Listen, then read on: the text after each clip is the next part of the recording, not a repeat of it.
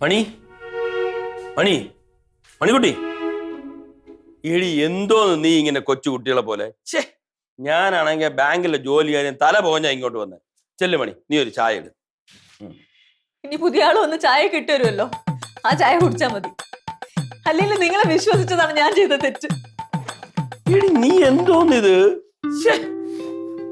ബാങ്കിലെ ജോലി കാര്യം ഭ്രാന്ത് പിടിച്ചാണ് നിൽക്കുന്നത് ഇവിടെ വരുമ്പോ അല്പം മനസ്സമാനം കിട്ടുമെന്ന് വിചാരിച്ചു ഇവിടെ വരുമ്പോഴോ ബലൂൺ പോലെ മോന്തയും പിടിപ്പിച്ച് നിൽക്കും ബലൂൺ പോലെയല്ലേ കല്യാണം കഴിഞ്ഞ ഇടയ്ക്ക് നിങ്ങൾ എന്നോട് എന്താ പറഞ്ഞത് എന്റെ മുഖം കാണാൻ ഹേമമാലിയുടെ മുഖം പോലെയാണ് ഇപ്പൊ ബലൂൺ പോലെ വീർത്ത മുഖമല്ലേ ഇതാ പ്രശ്നം ഒന്ന് പറഞ്ഞ് രണ്ടാമത്തെ നെഗറ്റീവ് പറയും അതാ നീ ഓ ഭയങ്കര പോസിറ്റീവ് മാത്രം പറയുന്ന ഒരു മനുഷ്യൻ ഒരു ദിവസത്തിൽ 24 മണിക്കൂർ നിങ്ങൾ എന്റെ കൂടെ ആ കൂടെ എത്ര നേരമാണ് സ്പെൻഡ് ചെയ്യുന്നത് പോട്ടെ മക്കളെ നമ്മൾ എല്ലാരും കൂടെ ചേർന്ന് പുറത്തു പോയിട്ട് എത്ര കാലമായി കഴിഞ്ഞ ആഴ്ച പോയി അതെ കഴിഞ്ഞ ആഴ്ച കരഞ്ഞ് കാല് പിടിച്ചപ്പോ എന്നെ മാത്രം സിനിമയ്ക്കുണ്ട് എന്നിട്ട് മക്കളെ ഒന്നും കൊണ്ടുപോയി അതില്ല അടുക്കളയിൽ 24 മണിക്കൂർ കിടന്ന് കഷ്ടപ്പെട്ട് ഞാൻ ഭക്ഷണം ഉണ്ടാക്കി കൊണ്ടുവരുമ്പോ ആ ഭക്ഷണത്തിന് കുറ്റം തൊട്ടതിനും പിടിച്ചതിനും എല്ലാം കുറ്റം 24 മണിക്കൂർ കുറ്റം കേട്ട് എനിക്ക് മടുത്ത് മണി ഇനി ഞാൻ ഒരു കുറ്റവും പറഞ്ഞില്ല നീ എന്തുണ്ടാക്കിയാലും നല്ലതെന്നേ പറയും നീ എലിവേഷൻ കലക്കി തന്നാലും നല്ലതെന്ന് പറയാം പോരെ നിങ്ങളുടെ നിലവാരമില്ലാത്ത കോമഡിക്ക് ചിരിക്കണ മണിക്കൂടിയൊക്കെ പണ്ട് ഞാൻ അവസാനമായിട്ട് ചോദിക്കാം ആർക്ക് വേണ്ടിയിട്ടാണ് ഈ മാല നിങ്ങൾ വാങ്ങിച്ചത് എനിക്ക് പറയാൻ സൗകര്യമില്ല ഇനി മാലയെ പറ്റി ഒരു അക്ഷരം വേണ്ടി പോലും ഇനി ആദ്യം ഒരു ഭാര്യയ്ക്ക് വേണ്ടത് ഭർത്താവിനോടുള്ള വിശ്വാസമാണ് മനസ്സിലായ അല്ലെങ്കിൽ എന്റെ വായ മൂടിക്കേണ്ട നിങ്ങൾക്ക് നല്ല സൗകര്യമാണല്ലോ എന്തായാലും ഇനി ഒരു കാര്യം ചെയ്യും നിങ്ങൾ കോടതിയിലേക്ക് വന്നാൽ മതി അവിടെ എന്റെ ചോദ്യങ്ങൾക്കെല്ലാം ഉത്തരം നിങ്ങൾ എണ്ണി പറയേണ്ടി വരും കോടതിയാ എന്തോ എന്നാ നീ കോടതി ചെല്ല് നീ പോ ഞാനും എന്റെ മക്കളോട് സുഖമായിട്ട് ജീവിച്ചോളാം എത്ര പറഞ്ഞാലും മനസ്സിലാവില്ല ഓ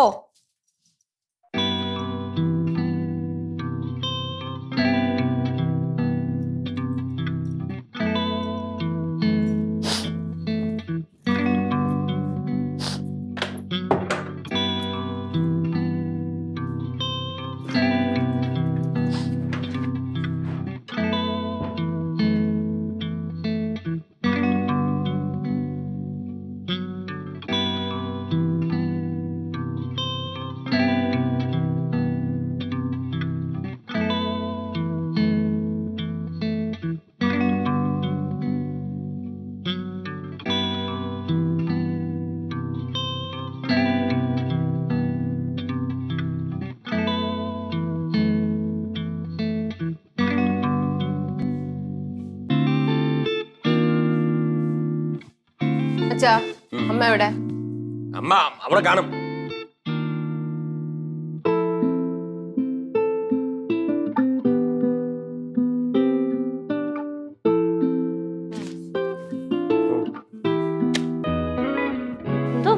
എന്തോന്ന് പണി നീ കാണിക്കുന്നത് കുറച്ചു കാലം മുന്നേ വരെ ഞാൻ നിങ്ങൾക്ക് എന്തോന്നായിരുന്നു എല്ലാരും അറിയട്ടെ അല്ല അച്ഛാ അച്ഛൻ ഈ ബാങ്കില് ജോലി കിട്ടുന്നതിന് മുമ്പേ പോസ്റ്റ്മാൻ ആയിരുന്നാ മണി എന്തോ ഇത് എന്നോട് എന്തൊക്കെയാണെങ്കിലും പറയുമായിരുന്നു പറയും ചക്കര പാല് തേനേന്ന് പറഞ്ഞിട്ട് എല്ലാരും അറിയട്ടെ എല്ലാരും അറിയണം ഇതൊക്കെ എന്താണെന്നുള്ളത് പിള്ളേരെ മുമ്പിലാണ് ഇതൊക്കെ പറയുന്നത് പിള്ളേരെ മുന്നിൽ വെച്ചിട്ടാ ഇത്രയും തൊലി വെളുപ്പുള്ള ഇത്ര ഭംഗിയുള്ള ഞാൻ ഈ ഇങ്ങനെ സ്നേഹിച്ചു തുടങ്ങിയെന്നുള്ളത് നിങ്ങൾക്ക് അറിയണ്ടേ അറിയണം വായിച്ചു നോക്ക് ഞാൻ നോക്കട്ടെ മക്കളെല്ലാം അറിയണം നല്ല കത്ത്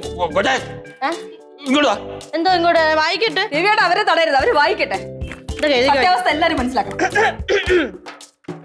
പ്രിയപ്പെട്ട മണി ഭൂമിയും ആകാശവും തമ്മിലുള്ള ബന്ധത്തിന്റെ അടയാളമാണ് നമ്മൾ ഇന്നും കണ്ട മഴവില്ല എപ്പോ അതുപോലെ എന്റെ ശരീരത്തെയും ആത്മാവിനെയും ബന്ധിപ്പിക്കുന്ന അടയാളമാണ് എന്റെ മണിമുത്ത് നീ എത്ര സുന്ദരിയാണ് നിന്റെ ഹൃദയം കീഴടക്കാൻ എല്ലാ അർത്ഥത്തിലും എനിക്ക് കൊതിയാവുന്നു മണി സ്നേഹപൂർവം നിന്റെ രവിയേട്ടൻ ഞാനൊന്ന് വായിച്ചോക്കട്ടെ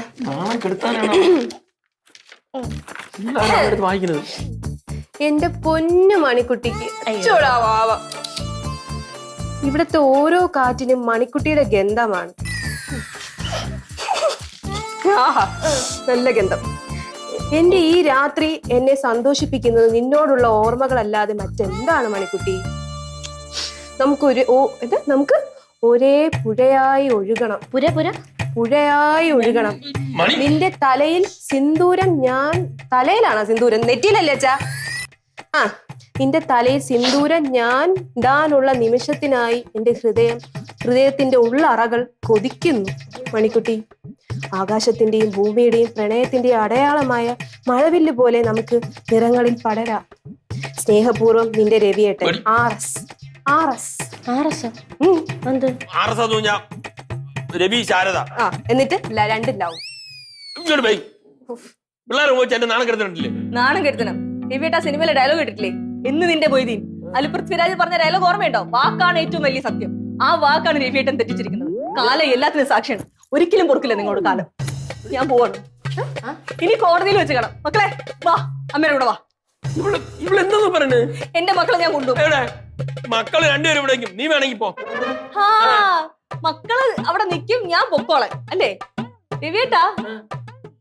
മക്കളെ, അമ്മ ജീവിച്ചിരിക്കുമ്പോഴേ നിങ്ങൾക്ക് വേറെ അമ്മയുടെ ആവശ്യമില്ല. മക്കൾ ഇവിടെ നിൽക്കും, നീ പോ. എന്റെ മക്കളാ?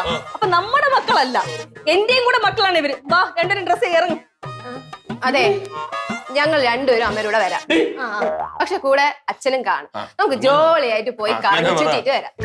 അല്ലെങ്കിൽ നിനക്ക് നിന്റെ അച്ഛനോടാണല്ലോ പ്രിയം. ഒരു കാര്യം ചെയ്യും, നീ നിന്റെ അച്ഛന്റെ കൂടെ നില്ല്. മക്കളെ പിങ്കി എന്റെ കൂടെ വാ.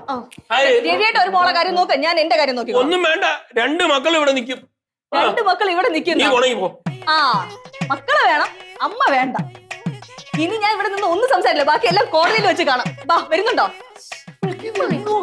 നിങ്ങൾ ആരും വരുന്നില്ലേ? ഇല്ലെങ്കിൽ ഞാൻ പൊക്കോളാം. അമ്മ അമ്മ